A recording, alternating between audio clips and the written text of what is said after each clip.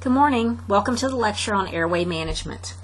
As an EMT student, once you complete this chapter and related coursework, you will understand the need for proper airway management, including recognizing and measuring adequate and inadequate breathing, maintaining an open airway, and providing artificial ventilation. You will be able to demonstrate basic competency in applying these types of concepts to appropriate care through the use of airway adjuncts, suction equipment, oxygen equipment and delivery systems, pulse oximetry, CPAP, and resuscitation devices. The National EMS Education Standard Competencies state that regarding airway management, respiration, and artificial ventilation, the EMT will apply knowledge of general anatomy and physiology to patient assessment and management in order to assure a patent airway, adequate mechanical ventilation, and respiration for patients of all ages.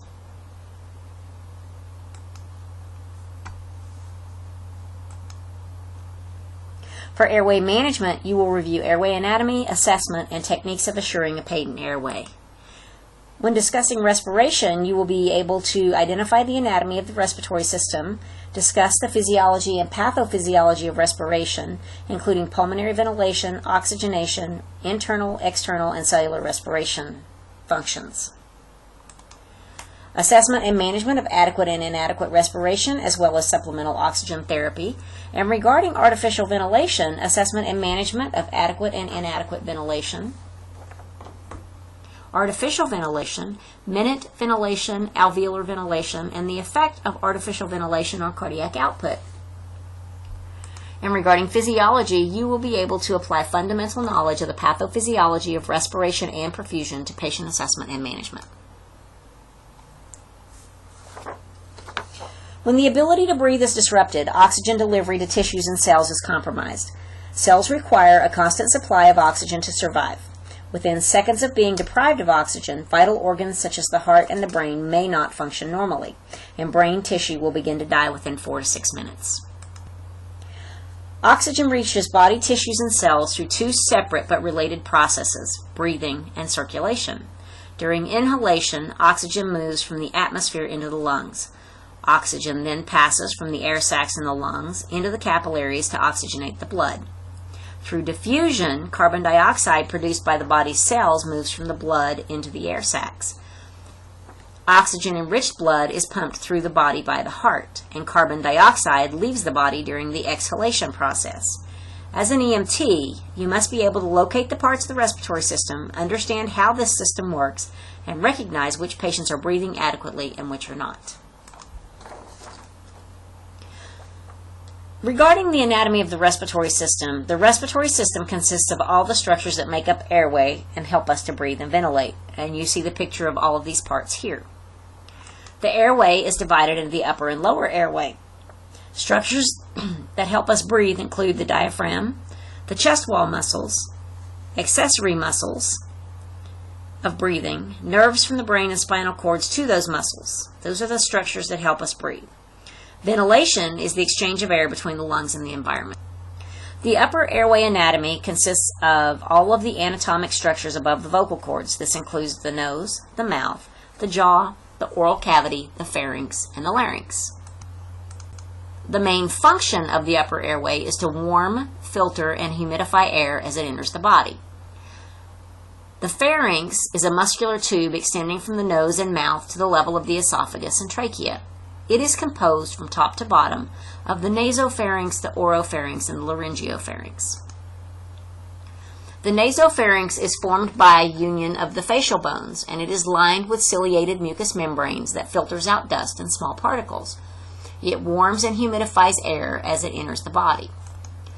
The oropharynx is the posterior portion of the oral cavity. It consists of the lips and the mouth that form the entrance to the oral cavity. The entrance for respiratory and the digestive system is located here. The superior area to the larynx is the epiglottis. This helps prevent food and liquid from entering the larynx during swallowing.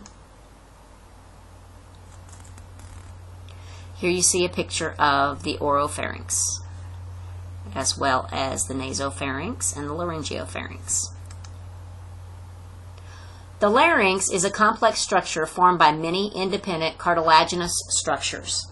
It marks where the upper airway ends and the lower airway begins. The thyroid cartilage forms a V shape anteriorly, and this is commonly known as the Adam's apple. The cricoid cartilage, or cricoid ring, forms the lowest portion of the larynx. The glottis is the area between the vocal cords.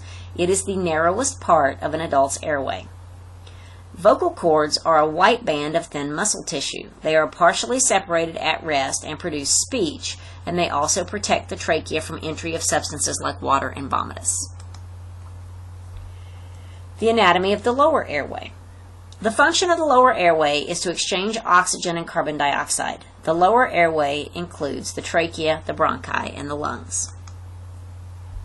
The trachea, or windpipe, is a conduit for air entry into the lungs, and it begins directly below the cricoid cartilage. It descends anteriorly down the midline of the neck into the thoracic cavity. In the thoracic cavity, the trachea then divides at the carina into two main stem bronchi, the right and left. The bronchi are supported by cartilage, and they distribute oxygen to the lungs. Lung tissue is covered with the visceral pleura, a slippery outer membrane. The parietal pleura line the inside of the thoracic cavity. On entering the lungs, each bronchus divides into even smaller bronchi, which divide into bronchioles. You can see all of these structures here. As I said before in the human body section, this really does look like an upside-down tree. Bronchioles are made of smooth muscle. They dilate and constrict as oxygen passes through them. Smaller bronchioles connect to alveoli. This is where oxygen and carbon dioxide are exchanged. Alveoli are millions of thin-walled balloon-like sacs. They are surrounded by blood vessels called pulmonary capillaries. Oxygen is diffused across the alveolar membrane into pulmonary capillaries. Oxygen in the pulmonary capillaries is transported back to the heart and distributed to the rest of the body. Carbon dioxide waste diffuses from the pulmonary capillaries into the alveoli, where it is exhaled and removed from the body.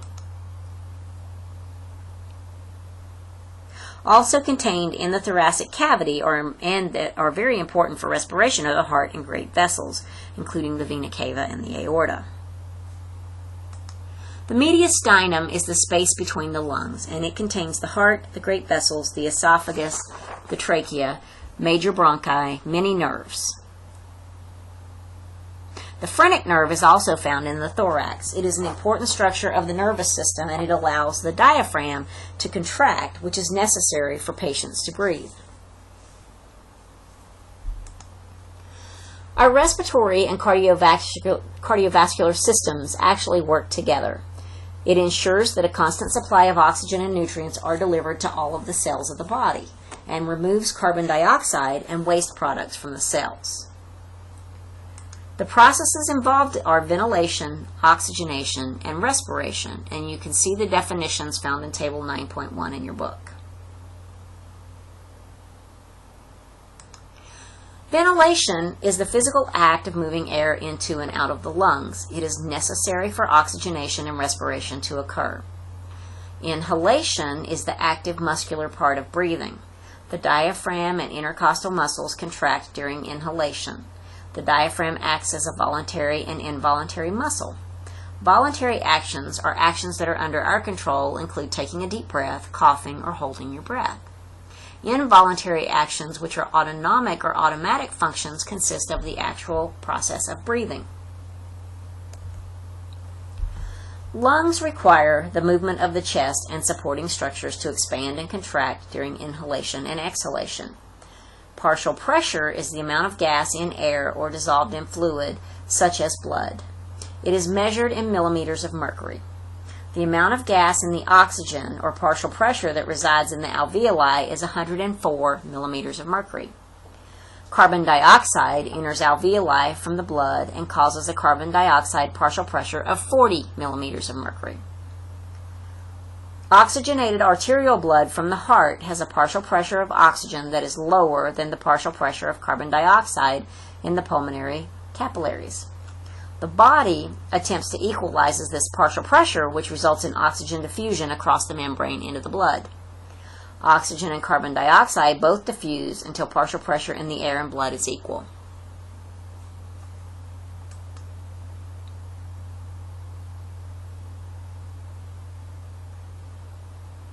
As you can see in this picture where the diaphragm contracts and moves downward, this is an example of what happens as lungs fill with air. These are just using balloons. And when the diaphragm relaxes and moves upward, as you can see, there's more space in the chest and there's more space here with this lab. Inspiration is focused on delivering oxygen to alveoli. Not all inspired air reaches the alveoli for gas exchange. And tidal volume is the measure of depth of breathing. It is the amount of air in milliliters that is moved into or out of the lungs during a single breath. The average tidal volume for the adult person is 500 milliliters. Dead space is the portion of tidal volume that does not reach the alveoli and does not participate in gas exchange. Minute ventilation or minute volume is the amount of air moved through the lungs in 1 minute minus the dead space. Vital capacity is the amount of air that can be forcibly expelled from the lungs after breathing deeply, and residual volume refers to air that remains after maximal expiration.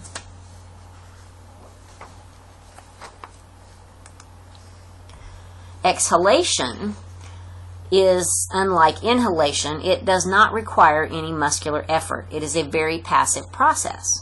The diaphragm and the intercostal muscles relax, and this decreases the size of the thorax. The smaller thorax compresses air in the lungs into a smaller space, and this air pressure in the thorax is then higher than the outside pressure. Air is then pushed out through the trachea.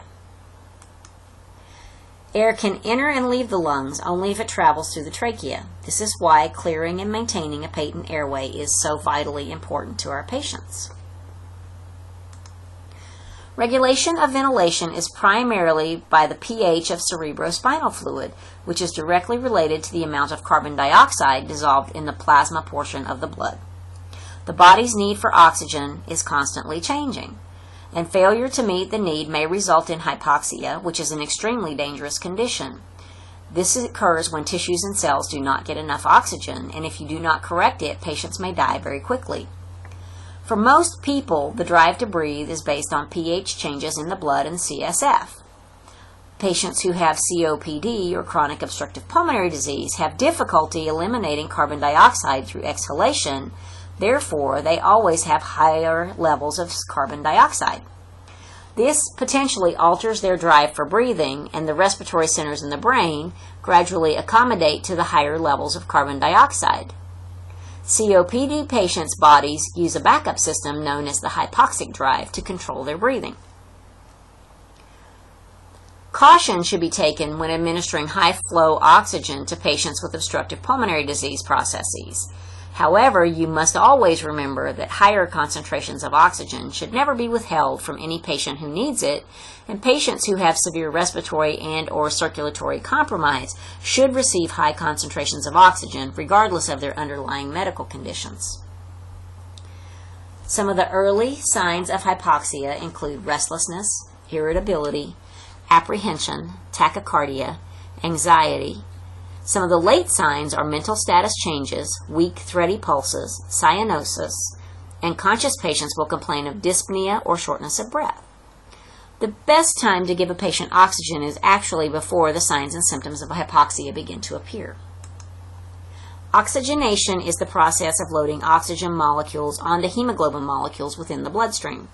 It is required in order for internal respiration to take place. However, it does not guarantee that internal respiration is taking place. For example, oxygen levels in the breathing air may be low, as in minor confined spaces.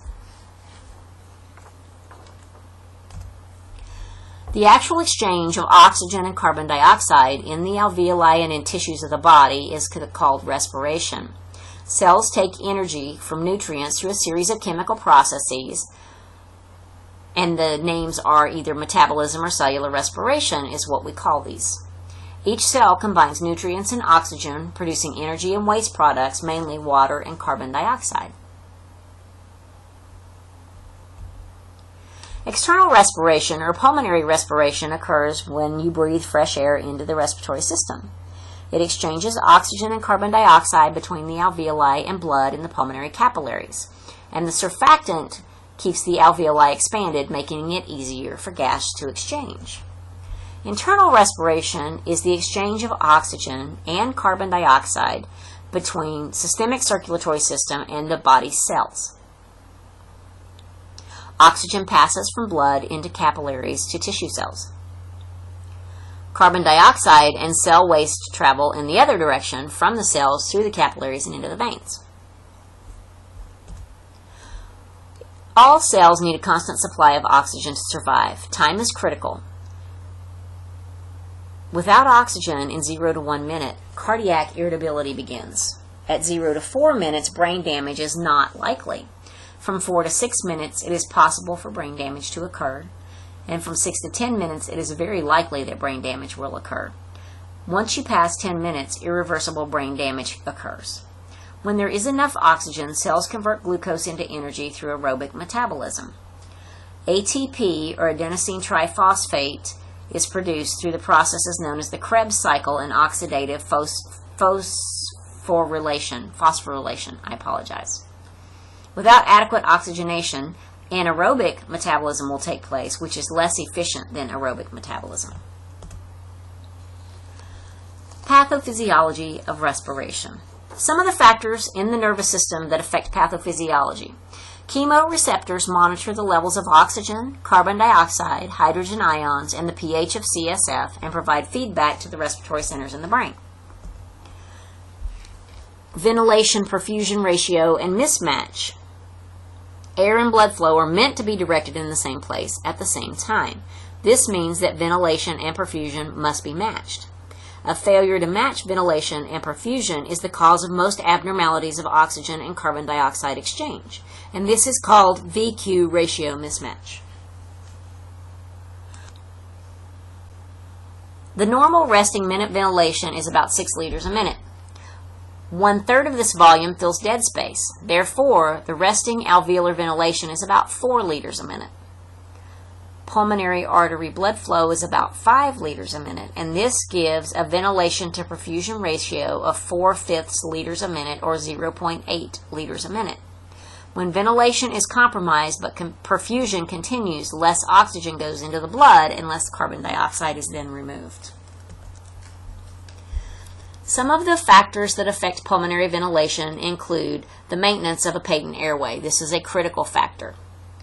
Intrinsic or internal factors that can cause an airway obstruction include infections, allergic reactions, and general unresponsiveness, and this is caused by tongue obstruction. External factors that can affect airway obstruction or cause it are trauma and foreign body airway obstruction. Factors that affect respiration externally are decreased atmospheric pressure at high altitudes, and internally, disease processes such as pneumonia or COPD, which reduces the surface area for gas exchange. Circulatory compromise is another pathophysiology factor in respiration. Trauma emergencies typically obstruct blood flow to individual cells and tissue. These conditions include pulmonary embolism, tension pneumothorax, open pneumothorax or sucking chest wound, hemothorax, and hemopneumothorax. Some other causes of circulatory compromise include blood loss, anemia, hypovolemic shock, which is an abnormal decrease in blood volume, vasodilatory shock, which is an abnormal increase in blood vessel diameter, decreasing blood pressure. Things to remember: any patient suspected of being in shock should be treated aggressively to prevent further interruptions to tissue perfusion. The next section is patient assessment. The most important thing we can do is to recognize adequate breathing. Unless you are directly assessing a patient's airway, you should not be able to see or hear the patient breathe. Signs of normal breathing for adults are a respiratory rate between 12 and 20 breaths per minute, a regular pattern of inhalation and exhalation, bilateral clear and equal lung sounds, regular equal chest rise and fall, and adequate depth or tidal volume. Recognition of abnormal breathing. An awake, alert adult who is talking to you usually has no immediate airway or breathing problems. You should always have supplemental oxygen and a bag mask device or pocket mask close at hand to assist with breathing if this becomes necessary. Some signs of abnormal breathing include fewer than 12 breaths a minute, more than 20 breaths a minute, an irregular rhythm, diminished, absent, or noisy auscultated breath sounds, and a reduced flow of expired air at nose and mouth.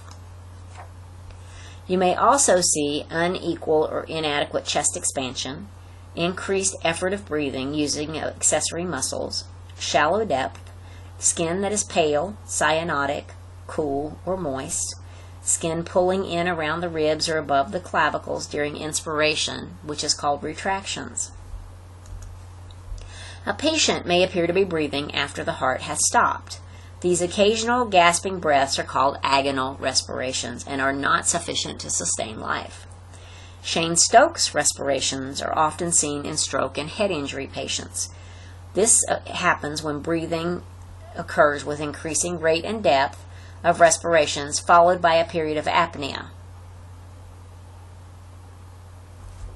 You can see this pattern here.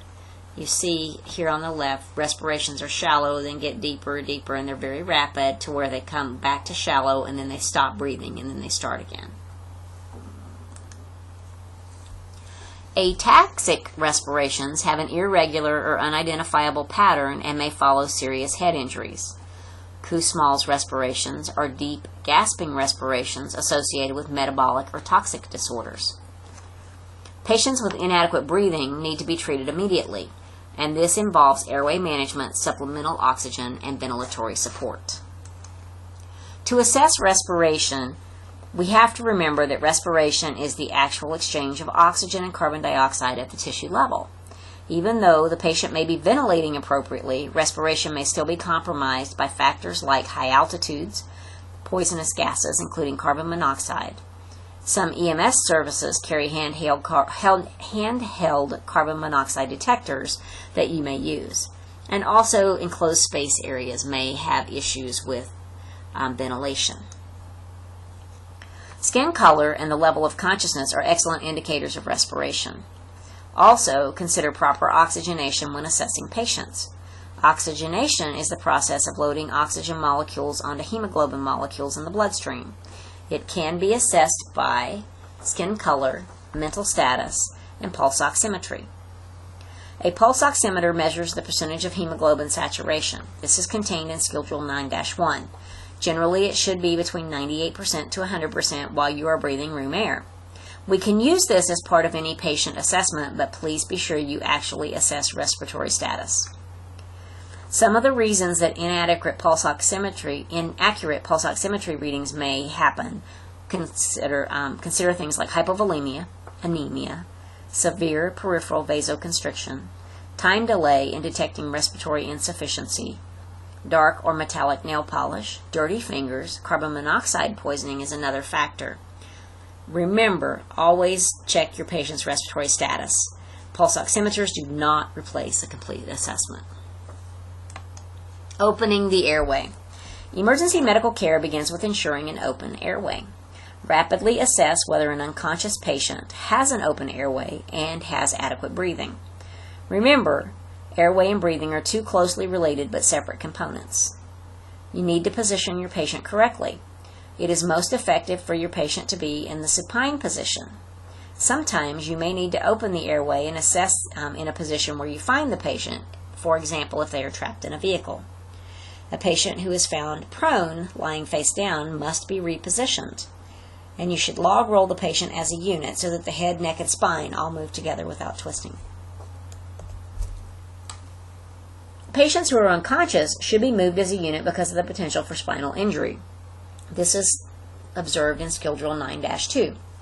In an unconscious patient, the most common airway obstruction is the patient's tongue, which falls back into the throat when the muscles of the throat and tongue relax.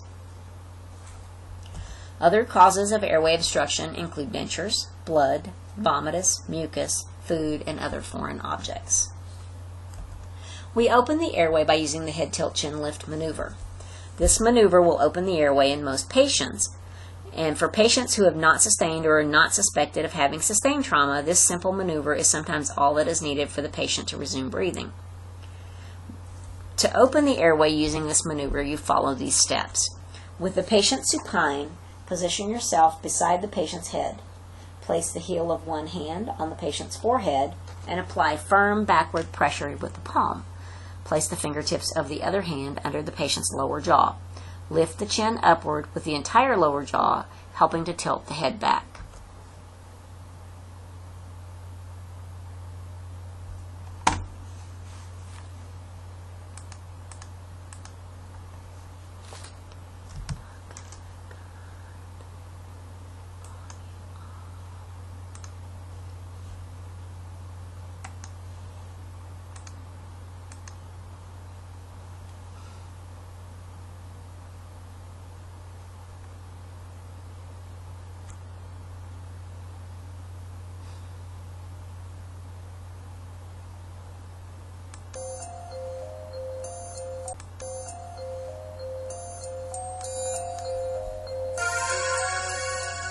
A patient's airway can be opened quickly and easily using the head tilt chin lift maneuver.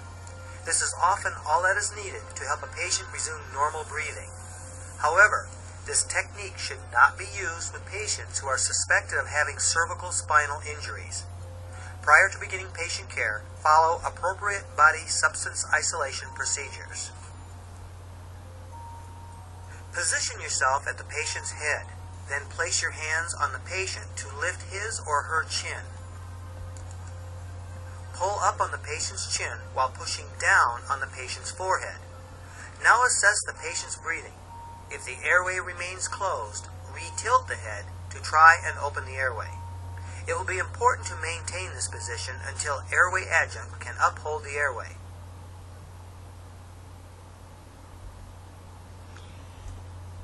In patients that you may suspect a cervical spine injury, we use the jaw thrust maneuver. To perform the jaw thrust maneuver, you follow these steps. Kneel above the patient's head.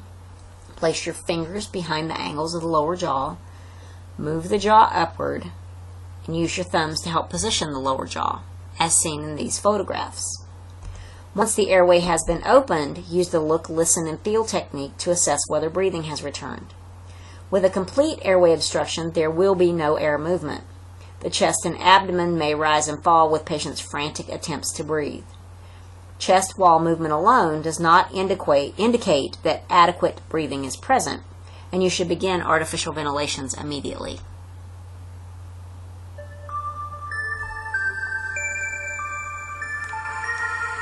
When a spinal injury is suspected in a non-breathing trauma patient, use the jaw thrust maneuver to open the airway.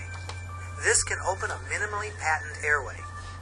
Place your hands behind the lower jaw just below the ear. Without moving the patient's neck, push the lower jaw forward. Once the airway is open, assess the patient's ability to breathe spontaneously.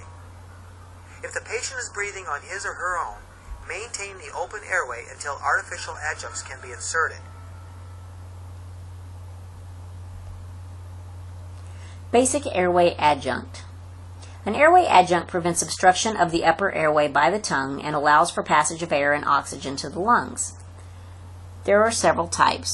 Oropharyngeal airways you will use in skill drills 9.3 and 9.4.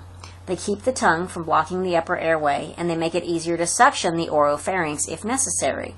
Suction is possible through an opening down the center or along either side of the airway. Indications for an oropharyngeal airway include unresponsive patients with a gag reflex or apneic patients being ventilated with a bag valve mask. I'm sorry, that should say unresponsive patients without a gag reflex, because in the oropharyngeal airway, if they have a gag reflex, they're not going to tolerate it. Conscious patients and any patient who has a gag reflex you can't use. Oropharyngeal airway, or OPA, is a device used to maintain a patent airway while using a BVM, or bag valve mask. An OPA should be used in all unresponsive patients being ventilated with a bag valve device. Prior to beginning patient care, use appropriate body substance isolation procedures.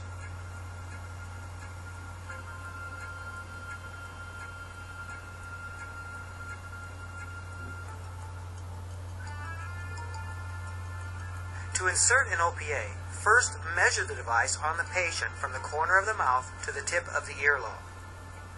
Insert the airway with the tip pointed toward the hard palate. Position the OPA flange so it rests at the lips or teeth. Be sure not to push the tongue deeper while inserting the OPA.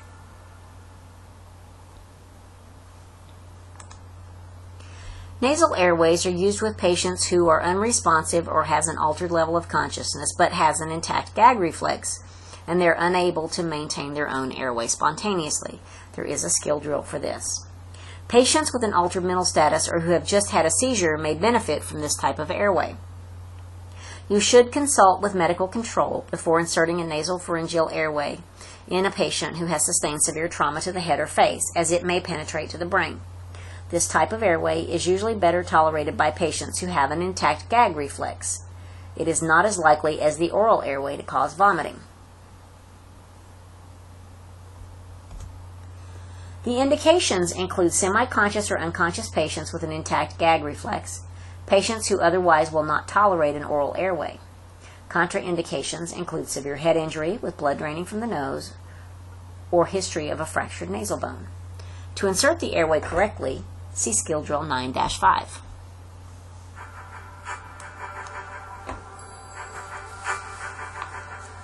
For patients with an intact gag reflex who need assistance opening their airway, choose a nasopharyngeal airway, or NPA. Be aware that trauma to the nasal mucosa may cause bleeding and secondary aspiration of blood.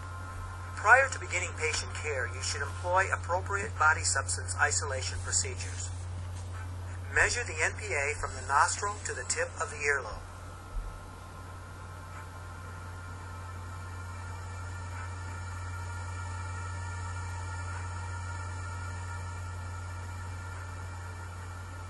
Make sure to lubricate the NPA.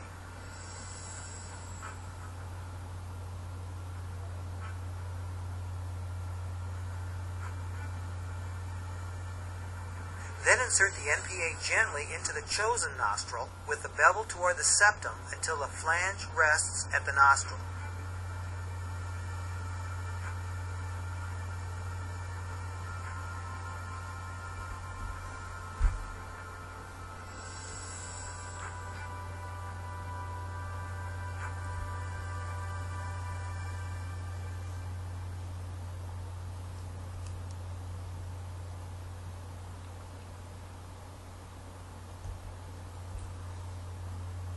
You must keep the airway clear in order to ventilate properly.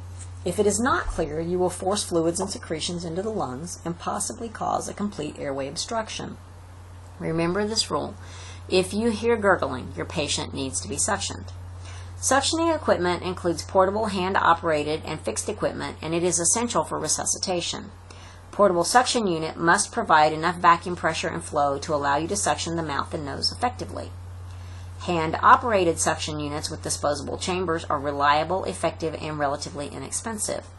A fixed suctioning unit should generate airflow of more than 40 liters a minute and a vacuum of more than 300 millimeters of mercury when you clamp the tubing. A portable or fixed unit should be fitted with the following: wide-bore, thick-walled, non-kinking tubing, plastic, rigid, pharyngeal suction tips called tonsil tips or Yonker tips, non-rigid plastic catheters called French or whistle tip catheters, a non-breakable disposable collection bottle, and a water supply for rinsing the tips. A suction catheter is a hollow, cylindrical device used to remove fluids from the airway. A tonsil tip catheter is the best for suctioning the oropharynx in adults and is preferred in children. The larger diameter plastic tips are rigid and they do not collapse. Tips with a curved contour allow for easy, rapid placement in the oropharynx. The French or whistle tip catheters are soft plastic and non-rigid, and they are used to suction the nose and liquid secretions in the back of the mouth and in situations where you may not be able to use the rigid tip catheter.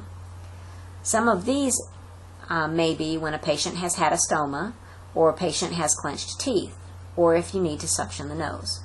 Before you insert any catheter, measure for the proper size. Use the same technique as measuring for the oral airway. Be careful not to touch the back of the airway with the suction catheter. This can activate the gag reflex, cause vomiting, and increase the possibility of aspiration.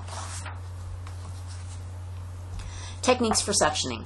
Inspect your suctioning equipment regularly to make sure it is in proper working condition. Follow these general steps to operate the unit.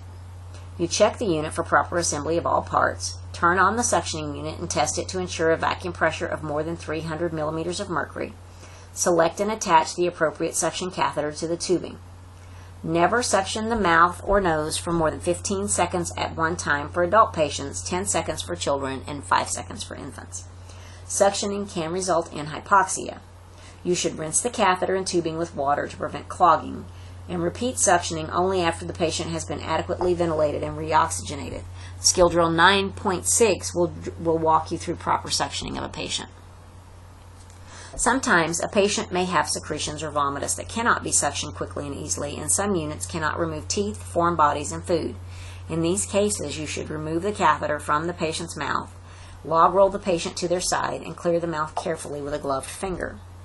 If a patient who requires assisted ventilations produces frothy secretions as quickly as you can suction them, suction the airway for 15 seconds, less in infants and children.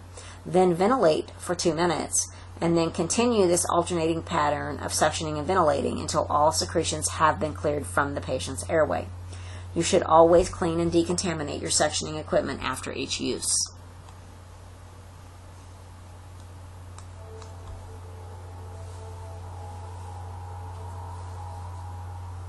Oral suctioning is used to remove various obstructions in the airway. Prior to beginning patient care, use appropriate body substance isolation procedures. First, turn the patient's head to the side and begin manual removal of emesis. In the case of a cervical spine injury, the patient should be turned as a unit and secured to a backboard. Turn on the suction device and confirm that the suction is working. Measure the depth of the catheter insertion from the earlobe to the corner of the mouth. Insert the suction catheter to the proper depth with the suction turned off. Insert the suction catheter, moving the catheter tip from side to side. Suction the patient for no more than 15 seconds. Ensure that no emesis remains before providing mechanical ventilation.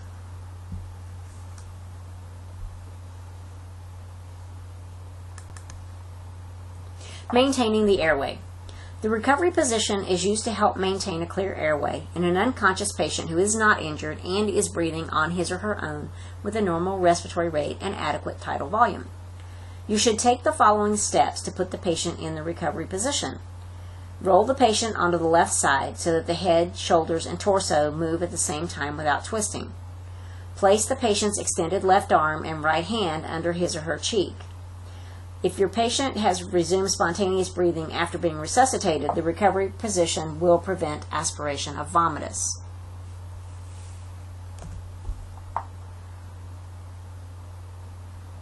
This position is not appropriate for patients with suspected spinal injuries who are unconscious and require ventilatory assistance. Reposition such patients to provide adequate airway access while maintaining appropriate spinal stabilization. If the patient is breathing and has no head or neck injury, place the patient in the recovery position. To place a patient in the recovery position, raise the patient's left arm above his or her head and cross the patient's right leg over their left leg. Support the face and grasp the patient's right shoulder. Roll the patient toward you onto his or her left side. Place the patient's right hand under the side of his or her face. The recovery position helps to keep the patient's airway open by allowing the secretions to drain out of the mouth and keeps the patient's tongue and lower jaw from blocking the airway.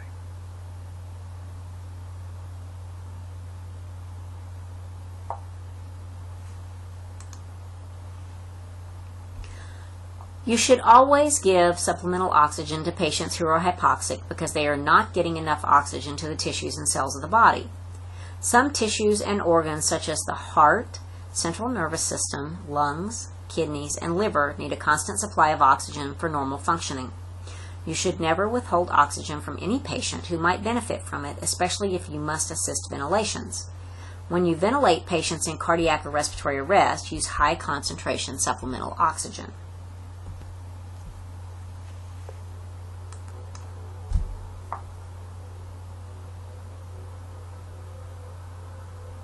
An EMT must be able to administer oxygen appropriately to a patient. Oxygen cylinders are usually green, white, or chrome. Make sure to confirm the presence of an O-ring. Then carefully attach the regulator and secure it tightly by hand. With the face of the gauges pointing away from people, open the cylinder.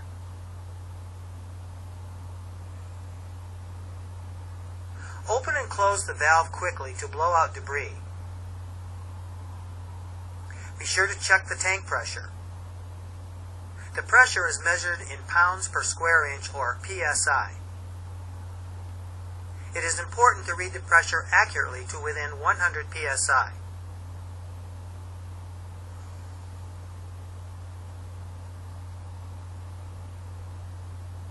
Attach the oxygen connective tubing to the flow meter and ensure that oxygen is flowing through the delivery device.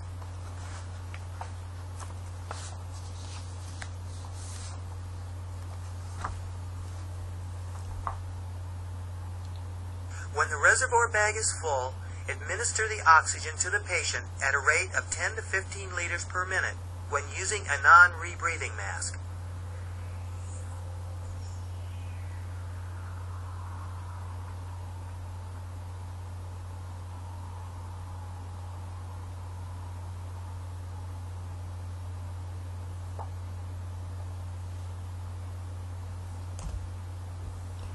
Supplemental oxygen equipment. You should become familiar with how oxygen is stored and the various hazards associated with its use.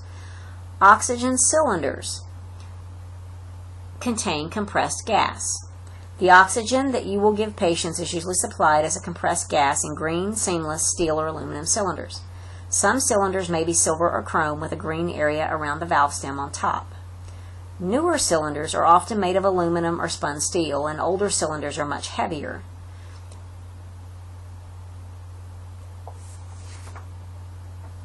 You should check that the cylinder is labeled for medical oxygen. Look for letters and numbers stamped into the metal on the collar of the cylinder. You should check the month and year stamps for when the cylinder was last tested. Aluminum cylinders are tested every 5 years, and composite cylinders are tested every 3. Most often, the D or Super D and the M cylinders will be used on ambulances. These can be carried from the unit to the patient. The M tank, though, remains on board as the main supply tank. Other sizes are A, E, G, H, and K. The length of time you can use an oxygen cylinder depends on the pressure in the cylinder and the flow rate. Liquid oxygen is becoming a more commonly used alternative to compressed gas oxygen, but they tend to be more expensive than the compressed oxygen tanks. They hold a larger volume and therefore do not need to be filled as often, and though weigh less than aluminum or steel tanks. They do have to be kept upright, and they have special requirements for filling, large volume storage, and cylinder transfer. People who receive long-term oxygen therapy use liquid oxygen units. Some safety considerations for oxygen. You must handle gas cylinders carefully because their contents are under pressure. You need to make sure the correct pressure regulator is firmly attached before transporting the cylinders. A puncture or hole in a tank can turn into a deadly missile, and tanks need to be secured during transport. A pin indexing system. This prevents such mistakes as an oxygen regulator being accidentally connected to a carbon dioxide cylinder. When preparing to administer oxygen, you need to check that the pinholes of the cylinder exactly match the corresponding pins on the regulator. Each cylinder of a specific gas type has a given pattern and a given number of pins, following accepted national standards. For large cylinders, the safety system is the American Standard System. Oxygen cylinders are equipped with threaded gas outlet valves. Inside and outside thread sizes vary depending on the gas in the cylinder. Like the pin indexing system, this prevents accidental attachment of a regulator to a wrong cylinder. Pressure regulators reduce the cylinder's pressure to a useful therapeutic range for the patient, usually 40 to 70 pounds per square inch. After the pressure is reduced to a workable level, the final attachment for delivering the gas is one of the following: a quick connect female fitting that will accept a quick connect male plug from a pressure hose or ventilator resuscitator, or a flow meter that will permit the regulated release of gas measured in liters per minute. Flow meters are usually permanently attached to pressure regulators on emergency medical equipment. A pressure compensated flow meter incorporates a float ball within a tapered calibrated tube. This type of flow meter is affected by gravity and must always be upright. The board-on gauge flow meter is a gauge calibrated to record flow rate, and it can be used in any position, and it does not compensate for back pressure. It is generally considered to be outdated. Operating procedures. To place an oxygen cylinder in service, you should see Skill Drill 9.7. Remember that you must be completely familiar with the equipment before attempting to use it on a patient. Some of the hazards of supplemental oxygen. Remember, oxygen does not burn or explode. However, it does speed up the combustion process of other materials. A small spark, such as a glowing cigarette, can become a flame. You should keep any possible source of fire away from the area while oxygen is in use. Make sure the area is adequately ventilated, especially in an industrial setting. Sparks used during vehicle extrication are a possible source of ignition, and you should never leave an oxygen cylinder standing upright and unattended. It can be knocked over, which could injure a patient or damage equipment. Oxygen delivery equipment. In general, oxygen delivery equipment used in the field should be limited to non-rebreathing masks, bag mask devices, and nasal cannulas. However, you may encounter other devices during transports between medical facilities. The non-rebreathing mask is the preferred way to give oxygen in pre-hospital settings to patients who are breathing adequately but are suspected of having or showing signs of hypoxia. With a good mask-to-face seal, it is capable of providing up to 90% inspired oxygen, or FiO2. The non-rebreathing mask is a combination mask and reservoir bag system. Oxygen fills the reservoir bag attached to a mask by a one-way valve. Exhaled gas escapes through a flapper valve port at the cheek areas of the mask, and these valves prevent the patient from rebreathing exhaled air. You need to make sure the reservoir bag is full before you put the mask on the patient, and you should adjust your flow rate so the bag does not collapse while the patient inhales. Usually we use between 10 to 15 liters per minute. If your bag does collapse, you should increase your flow rate. When oxygen therapy is discontinued, remove the mask from the patient's face. Use a pediatric non-rebreathing mask for infants and children. It has a smaller reservoir bag. Nasal cannulas deliver oxygen through two small tube-like prongs that fit into the patient's nostrils. This device can provide 24 to 44% FiO2 when the flow meter is set at 1 to 6 liters a minute. For patient comfort, anything above 6 liters is not recommended. When you anticipate a long transport time, you should consider using humidified oxygen. Over a prolonged period, the nasal cannula can dry or irritate mucous membranes lining in the nose. In the pre-hospital setting, nasal cannulas have limited use. A patient who breathes through the mouth or has a nasal obstruction will get little or no benefit from this type of device, and you should always try to use a high-flow oxygen mask like a non-rebreather. Partial rebreathing masks. The partial rebreathing mask is similar to the non-rebreather, except there is no one-way valve between the mask and the reservoir. Consequently, patients rebreathe a small amount of their exhaled air. This is advantageous if the patient is hyperventilating. The oxygen enriches the air mixture to deliver about 80 to 90% FiO2 and 2 to 3% carbon dioxide. To convert a non-rebreathing mask to a partial rebreathing mask, remove the one-way valve between the mask and the reservoir bag. Venturi masks. A number of settings can vary the percentage of oxygen while a constant flow is maintained from the regulator. This is accomplished by the Venturi principle, which causes air to be drawn into the flow of oxygen as it passes a hole in the line. The Venturi mask is a medium flow device that delivers 24 to 40% oxygen depending on the manufacturer. We use this in long-term management of physiologically stable patients. Tracheostomy masks. Patients with tracheostomies do not breathe through their mouth and nose. Tracheostomy masks cover the trach hole and have a strap that goes around the neck. These may not be available in an emergency setting, in which case you should improvise by using a face mask instead, placed over the trach opening. Though the mask is shaped to fit the face, you can usually get an adequate fit over the patient's neck by adjusting the strap. Humidification. Some EMS systems provide humidified oxygen. They do this during an extended transport time or for certain conditions such as croup. However, dry oxygen is not considered to be harmful for short-term use. Therefore, many systems today do not use humidified oxygen in the pre-hospital setting. You should always refer to medical control or local protocols for guidance involving patient treatment issues. Assisted and artificial ventilation. Assisted and artificial ventilation are probably the most important skills in EMS at any level.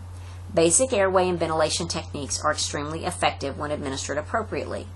Mastery of these techniques at the EMT level is imperative. Patients who are breathing inadequately, either too fast or too slow, with reduced tidal volume, are usually unable to speak in complete sentences. Keep in mind that fast, shallow breathing can be just as dangerous as very slow breathing. Follow standard precautions as needed when maintaining a patient's airway. Assisting ventilation in respiratory distress or failure. We need to intervene quickly to prevent further patient deterioration, and there are two treatment options available: assisted ventilations or continuous positive airway pressure. The purpose of assisted ventilations is to improve the overall oxygenation and ventilatory status of the patient. Signs and symptoms of inadequate ventilation include altered mental status, inadequate minute volume, excessive accessory muscle use, and fatigue. If you are assisting a patient with ventilation using a bag mask device, you need to explain the procedure to the patient.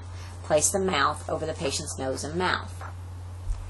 Squeeze the bag each time the patient breathes, maintaining the same rate as the patient. After the initial 5 to 10 breaths, slowly adjust the rate and deliver an appropriate tidal volume. Adjust the rate and tidal volume to maintain an adequate minute volume.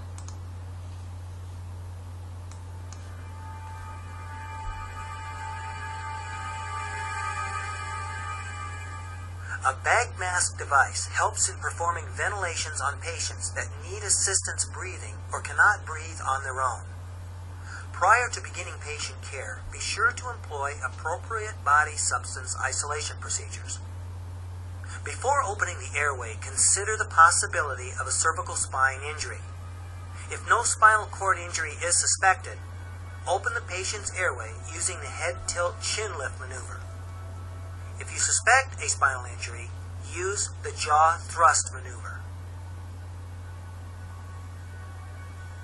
Masks should be chosen to fit the patient without air leakage, so make sure that you have the correct sized mask and bag for the patient.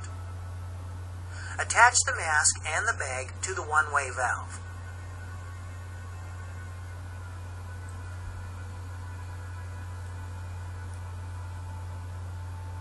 Attach to an oxygen source.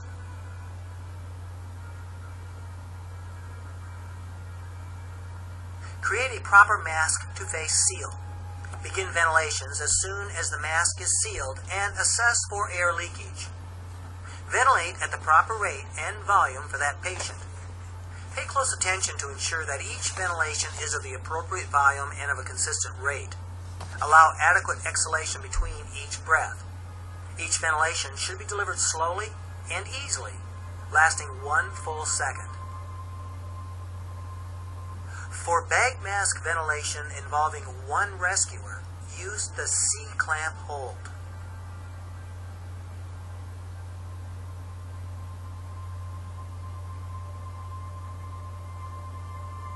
If the airway is compromised or the patient is unconscious, consider using an oropharyngeal or nasopharyngeal airway device.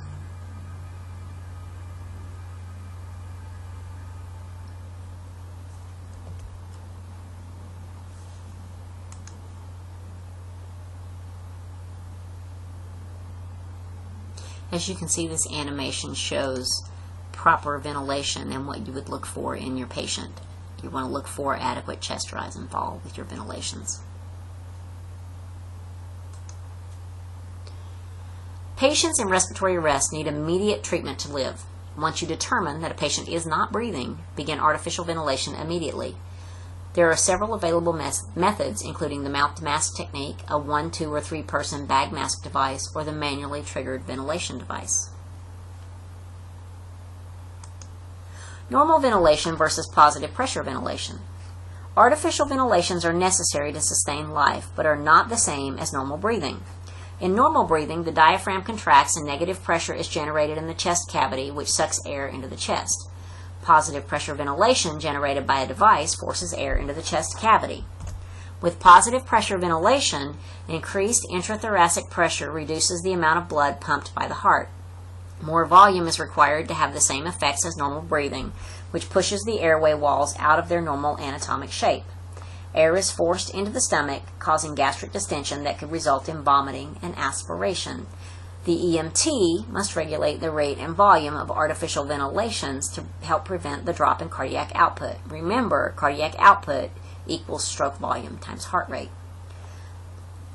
Ventilation rates for apneic patients who have a pulse are: adult, 1 breath every 5 to 6 seconds; for the child, 1 breath every 3 to 5 seconds; and for the infant, 1 breath every 3 to 5 seconds. Mouth-to-mouth and mouth-to-mask ventilation. A barrier device is routinely used in mouth-to-mouth ventilations. This barrier device is a protective item that features a plastic barrier placed on a patient's face with a one-way valve to prevent the backflow of secretions, vomitus, and gases. Mouth-to-mouth ventilations without a barrier device should be provided only in extreme situations. A mask with an oxygen inlet provides oxygen during mouth-to-mask ventilation. This supplements the air provided by your lungs. Remember, the gas you exhale contains about 16% oxygen, and with the mouth-to-mask system, patients get the benefit of significant oxygen enrichment. This system also frees both your hands to help keep the airway open and provide a better seal between the mask and face. To provide mouth-to-mask ventilation, you will use Skill Drill 9-8.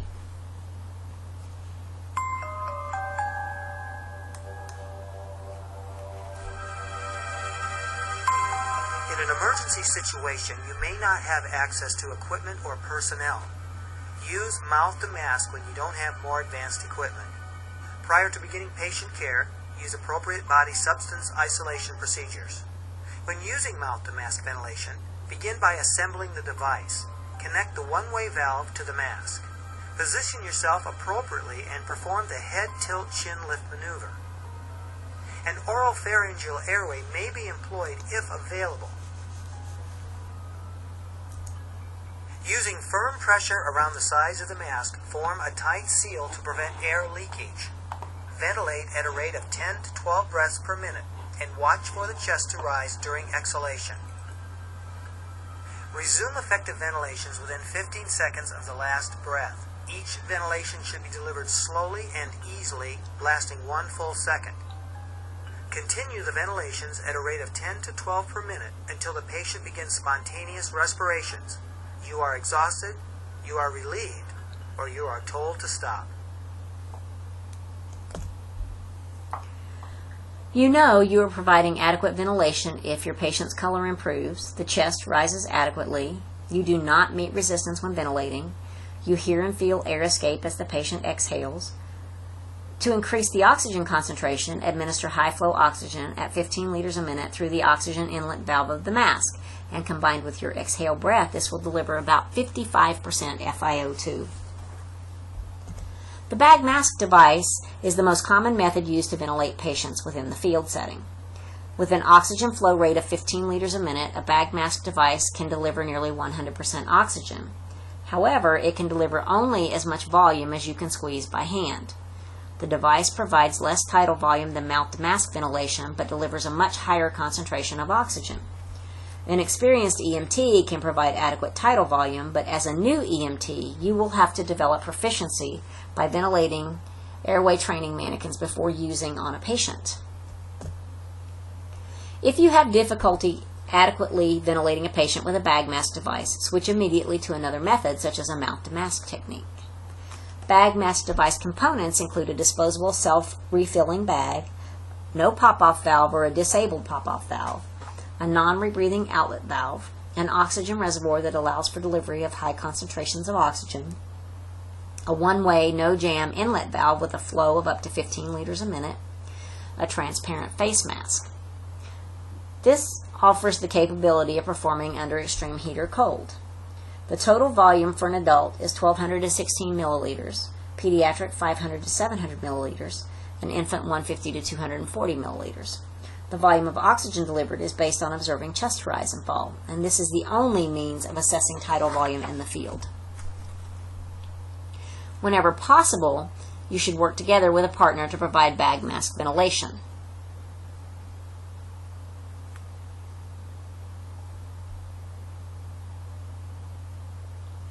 One EMT maintains a good mask seal by securing the mask to the patient's face with 2 hands. The other EMT squeezes the bag.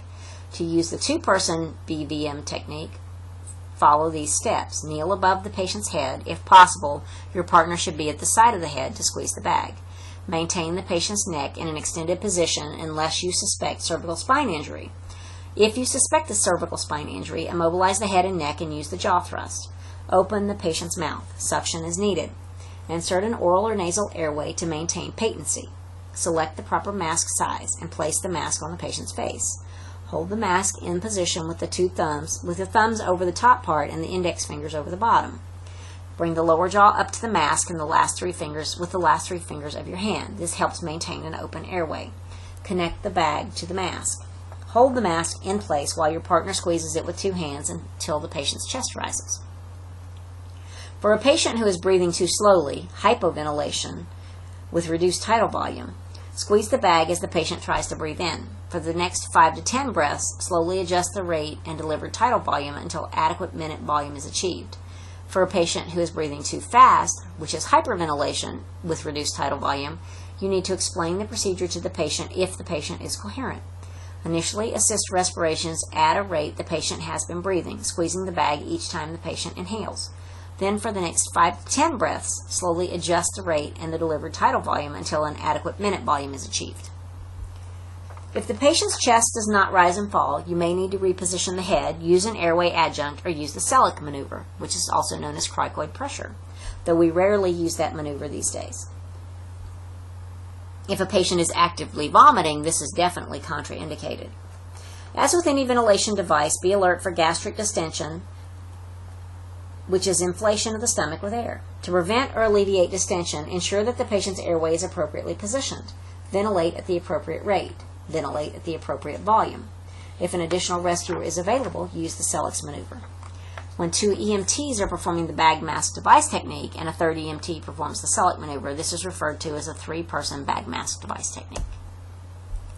Manually triggered ventilation devices. These devices, also known as flow-restricted oxygen-powered ventilation devices, are widely available. They allow a single rescuer the use of both hands to maintain a mask face seal while providing positive pressure ventilations. This reduces rescuer fatigue associated with bag mask devices on extended transports. Some of the disadvantages include maybe a difficult device to maintain adequate ventilation without assistance. You should not use this routinely because of a high incidence of gastric distension and possible damage to structures within the chest cavity. You need a special unit and additional training for infants and children, and it should not be used with COPD or suspected cervical spine or chest injuries.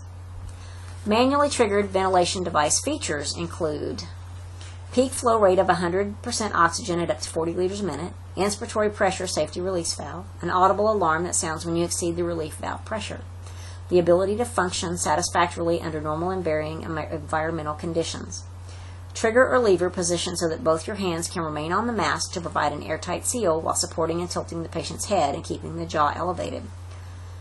This device requires proper training and considerable practice, and as with bag mask devices, you must make sure there is an effective seal between the mask and the patient's face. The amount of pressure required varies according to patient size, lung volume, and lung condition. COPD patients may need greater pressure, while pressures that are too great can trigger a pneumothorax. Automatic transport ventilators. The ATV is a manually triggered ventilation device attached to a control box that allows the variables of ventilation to be set. It lacks the sophisticated control of a hospital ventilator. It does free the EMT to perform tasks such as maintaining the mask seal or ensuring continued airway patency. A bag mask device and mask should always be prepared and ready for use should an ATV malfunction. Most models have adjustments for rate and tidal volume, and the estimated tidal volume at you must estimate tidal volume at 6 to 7 milliliters per kilogram of patient body weight.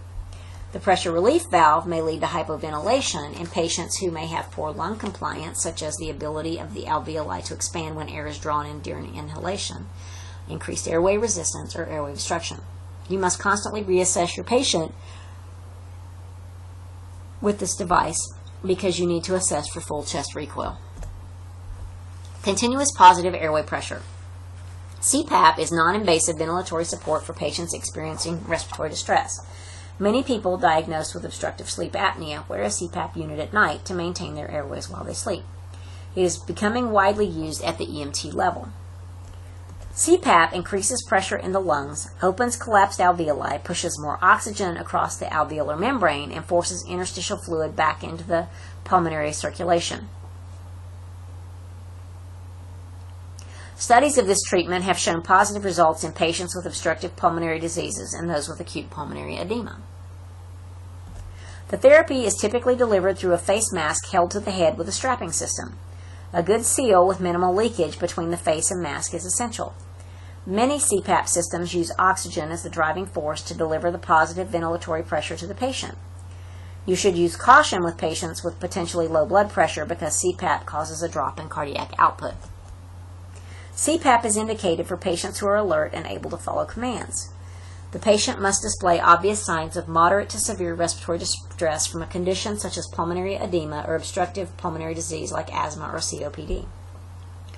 The patient may be breathing rapidly such that it affects overall minute volume, generally greater than 26 breaths a minute, or their pulse oximetry reading is less than 90.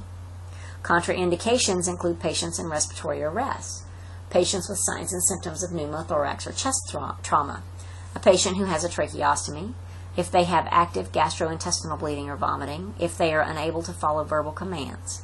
Or, in addition to these contraindications, you should always reassess the patient for signs of deterioration and respiratory failure. To apply a CPAP, you have to understand what they're made of. Generally, there's a generator, a mask, a circuit containing corrugated tubing, a bacteria filter, and a one-way valve. During the expiratory phase, the patient exhales against a resistance called positive end expiratory pressure, or PEEP. PEEP values of 8 to 10 centimeters of water are generally an acceptable therapeutic range. And since most CPAP units are powered by oxygen, it is important to have a full cylinder of oxygen when you use CPAP. To use a CPAP unit, see your skill drill sheet 9-9. This is a skill you need to be checked off on. Some patients may find CPAP claustrophobic and will resist the application. You need to coach them through the process rather than forcing the mask on them. Due to the high volume of pressure generated by CPAP, there is the possibility of causing a pneumothorax. High pressure in the chest can also lower a patient's blood pressure. If the patient shows signs of deterioration, remove CPAP and begin positive pressure ventilation using a bag mask device attached to high-flow oxygen. Some special considerations of airway management. Gastric distension occurs when artificial ventilation fills the stomach with air. It is most commonly affects children, but it does also affect adults. It also is most likely to occur when you ventilate the patient too forcefully or too rapidly with a bag mask or pocket mask device. It can occur when the airway is obstructed by a foreign body or improper head positioning. Slight gastric distension is not of concern to us. Severe inflation of the stomach, however, is dangerous because it may cause vomiting and increase aspiration risk during performance of CPR, and it can significantly reduce lung volume by elevating the diaphragm, especially in infants and children. Gastric distension is a common complication with manually triggered ventilation devices. You should recheck and reposition the airway, apply cricoid pressure, and perform rescue breathing. Continue slow rescue breathing without attempting to expel the stomach contents. And if adequate ventilation cannot be achieved, relieve the pressure in the stomach by applying pressure over the upper abdomen. If vomiting occurs as a result, turn the patient's entire body to their side, suction or wipe out the mouth with your gloved hand, and return the patient to a supine position and continue rescue breathing. Stomas and tracheostomy tubes. If a patient has had a laryngectomy, surgical removal of the larynx, have a permanent tracheostoma, which is an opening in the neck that connects to the trachea directly to the skin. This type of stoma is known as a tracheostomy. Patients may have other openings in the neck depending on the type of operation performed. You should ignore any opening other than the midline tracheostoma. This is the only one that can be used to put air in the patient's lungs. Neither the head tilt chin lift nor the jaw thrust is required to ventilate patients who have stomas. If there is a trach tube in place, ventilate through the tube with a bag mask device. A standard 2215 adapter on a BVM will fit onto the tube in the tracheostoma. Use 100% oxygen attached with the device. If the patient has a stoma but does not have a tube, use an infant or child mask with your bag mask device to make a seal over the stoma. Seal the patient's mouth and nose with one hand to prevent a leak of air through the upper airway when you ventilate through a stoma. Release the seal of the patient's mouth and nose for exhalation. This allows the air to exhale through the upper airway. If you cannot ventilate a patient with a stoma, try suctioning the stoma in the mouth with a French or soft-tip catheter. Seal the stoma while giving mouth-to-mouth ventilation is another option. Foreign body airway obstruction. If an obstruction completely blocks the airway, it is a true emergency. It will result in death if you do not immediately treat this patient. In an adult, foreign body airway obstruction usually occurs during a meal. In a child, it can occur while eating, playing with small toys, or crawling around the house. By far, the most common airway obstruction in an unconscious patient is the tongue, which relaxes and falls back into the throat. Some of the causes of airway obstruction that do not involve foreign bodies include swelling from infection or acute allergic reaction. Repeated attempts to clear the airway of this patient could be dangerous. These patients require specific emergency medical care, and rapid transport to the hospital is crucial, and trauma, which is tissue damage from injury. It is important that we recognize foreign body airway obstruction early, and it's critical. Mild airway obstruction. With mild airway obstruction, patients can still exchange air, but will have varying degrees of respiratory distress. The patient may have noisy breathing and may be coughing. With good air exchange, the patient can cough forcefully, although you may hear wheezing between coughs. This is the production of whistling sounds during respiration. Wheezing usually indicates a mild lower airway obstruction. As long as the patient can breathe, cough forcefully, or talk, you should not interfere with the patient's efforts to expel the foreign object on his or her own, and you should continually reassess your patient. With poor air exchange, the patient has a weak, ineffective cough and may have increased difficulty breathing. They may have stridor, which is a high-pitched noise heard mainly on inspiration, and cyanosis.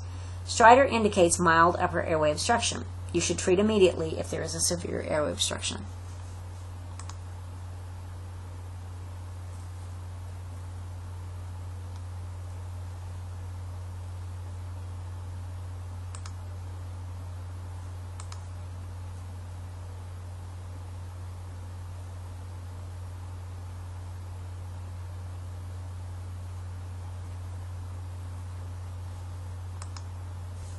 With a severe airway obstruction, the patient cannot breathe, talk, or cough. They may clutch or grasp their throat, which is known as the universal distress signal. They may begin to turn cyanotic and have extreme difficulty breathing. There is little or no air movement. Ask the conscious patient, "Are you choking?" If the patient nods yes, provide immediate treatment. If the obstruction is not cleared quickly, the amount of oxygen in the patient's blood will decrease dramatically.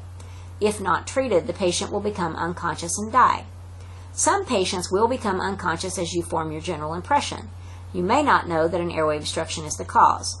There are many other causes of unconsciousness and respiratory failure, including stroke, heart attack, trauma, seizures, and drug overdoses. Any person found unconscious must be managed as if he or she has a compromised airway. You should open the airway, provide artificial ventilation if the patient is not breathing or if breathing inadequately. If there is no chest rise and fall after several attempts to ventilate, or if you feel resistance while ventilating, consider the possibility of an airway obstruction.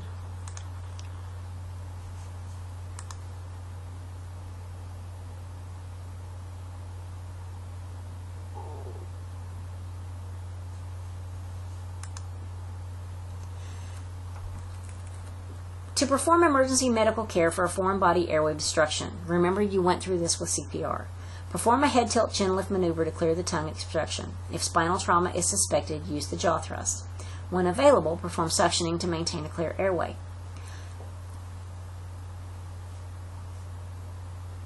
Abdominal thrusts are the most effective method of dislodging and forcing an object from the airway of a conscious patient. Residual air, always present in the lungs, is compressed upward and used to expel the object. Use the abdominal thrusts until the object dislodges or the patient becomes unconscious.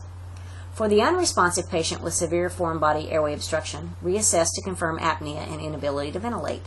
Begin chest compressions just as you would for CPR, following the 30 compressions to 2 breaths ratio. At the completion of 30 compressions, perform a tongue-jaw lift by grasping the tongue and jaw with your thumb and index finger. Place your thumb onto the tip of the patient's lower teeth and tongue while placing your index finger under the bony portion of the chin. You should be careful not to compress the soft tissues under the chin. Pull the jaw and mouth open and look at the back of the oropharynx for any foreign objects. If you see an object, remove it with a gloved index finger or suction. Never perform a blind finger sweep in the back of the oropharynx, which may push an object further down in the airway, making the obstruction worse. Once the object is removed, or if no object was seen, attempt to ventilate. If you are still unable to ventilate, repeat the process. If you are unsuccessful, begin rapid transport and continue abdominal thrusts on the way to the hospital. Remember to treat patients with mild airway obstruction and poor air exchange as if they have a severe airway obstruction. Patients with a mild airway obstruction and good air exchange should be monitored closely for deterioration of their condition. If the patient is unable to clear the obstruction and remains conscious, support or let the patient control the airway position that is most efficient and comfortable, and provide supplemental oxygen and transport. Dental appliances can often cause an airway obstruction. Some examples include crowns, bridges, dentures, or pieces of braces. Manually remove the appliance before providing ventilations. Simple manual removal may relieve the obstruction and allow the patient to breathe on their own. Leave well-fitting dentures in place, usually because this makes bag mask device or mouth-to-mask ventilation much easier. It provides more structure to the face and helps you provide a good mask-to-face seal. Conversely, loose dentures interfere with this process and you should remove them. Appliances may loosen while you are providing care, and you should periodically reassess to make sure they are firmly in place. If possible, place dislodged dentures in a container and transport with your patient. Facial bleeding. Airway problems can be particularly challenging in patients with serious facial injuries. The blood supply to the face is so rich, injuries can result in severe tissue swelling and bleeding into the airway. You should control bleeding with direct pressure and suction as necessary. In summary, the upper airway includes the nose, mouth, jaw, oral cavity, pharynx, and larynx. Its function is to warm, filter, and humidify air as it enters the nose and mouth. The lower airway includes the trachea and lungs. Its function is to exchange oxygen and carbon dioxide. Adequate breathing for an adult features a normal rate of 12 to 20 breaths a minute, a regular pattern of inhalation and exhalation, adequate depth, bilaterally clear and equal lung sounds, and regular and equal chest rise and fall. Inadequate breathing for an adult features a respiratory rate of fewer than 12 breaths a minute or more than 20 breaths a minute, shallow depth, which is reduced tidal volume, an irregular pattern of inhalation and exhalation, and breath sounds that are diminished, absent, or noisy. Patients who are breathing inadequately show signs of hypoxia, a dangerous condition in which the body's tissues and cells do not have enough oxygen. Patients with inadequate breathing need to be treated immediately. Emergency medical care includes airway management, supplemental oxygen, and ventilatory support. Basic techniques for opening the airway include the head tilt, chin lift maneuver, or if you suspect trauma, the jaw thrust. One basic adjunct is the oropharyngeal or oral airway, which keeps the tongue from blocking the airway in unconscious patients with no gag reflex. Another basic airway adjunct is the nasopharyngeal or nasal airway, which is usually used with patients who have a gag reflex, and it is better tolerated than the oral airway. Suctioning is the next priority after opening the airway. Rigid tonsil tip catheters are the best to use when suctioning the pharynx. Soft plastic catheters are used to suction the nose and liquid secretions in the back of the mouth. The recovery position is used to help maintain the airway in patients without traumatic injuries who are unconscious and breathing adequately. You must provide immediate artificial ventilation with supplemental oxygen to patients who are not breathing on their own. Patients with inadequate breathing may also require artificial ventilations to maintain tidal volume. Handle compressed gas cylinders carefully. Their contents are under pressure. Always make sure the correct pressure regulator is firmly attached before transporting a cylinder. The pin indexing safety system features a series of pins on a yoke that must be matched with holes on the valve stem of the gas cylinder. Pressure regulators reduce the pressure of gas in an oxygen cylinder to between 40 to 70 pounds per square inch. When oxygen therapy is complete, disconnect the tubing from the flow meter nipple and turn off the cylinder valve, then turn off the flow meter. Keep any possible source of fire away from the area while oxygen is in use. Nasal cannulas and non-rebreathing masks are used most often to deliver oxygen in the field. If the patient will not tolerate a non-rebreather, apply a nasal cannula. The methods of providing artificial ventilation include mouth-to-mask ventilation, two-person bag mask device ventilation, manually triggered ventilation device, and one-person bag mask ventilation. CPAP is a non-invasive method of providing ventilatory support for patients in respiratory distress or for patients suffering from sleep apnea. Patients with tracheostomas or tracheostomies tubes need to be ventilated through the tuberostoma. Foreign body airway obstruction usually occurs during a meal in an adult. In a child, it usually occurs while eating, playing with small objects, or crawling about the house. The earlier you recognize the obstruction, the better. Patients who have a mild airway obstruction are able to move adequate amounts of air and should be left alone. Patients with a severe airway obstruction cannot move any air at all and require immediate treatment. You should check for loose dental appliances in a patient before assisting ventilations. So if you have any questions about what's covered in this chapter, please bring them to class with you and discuss them with your instructor as you review your case studies.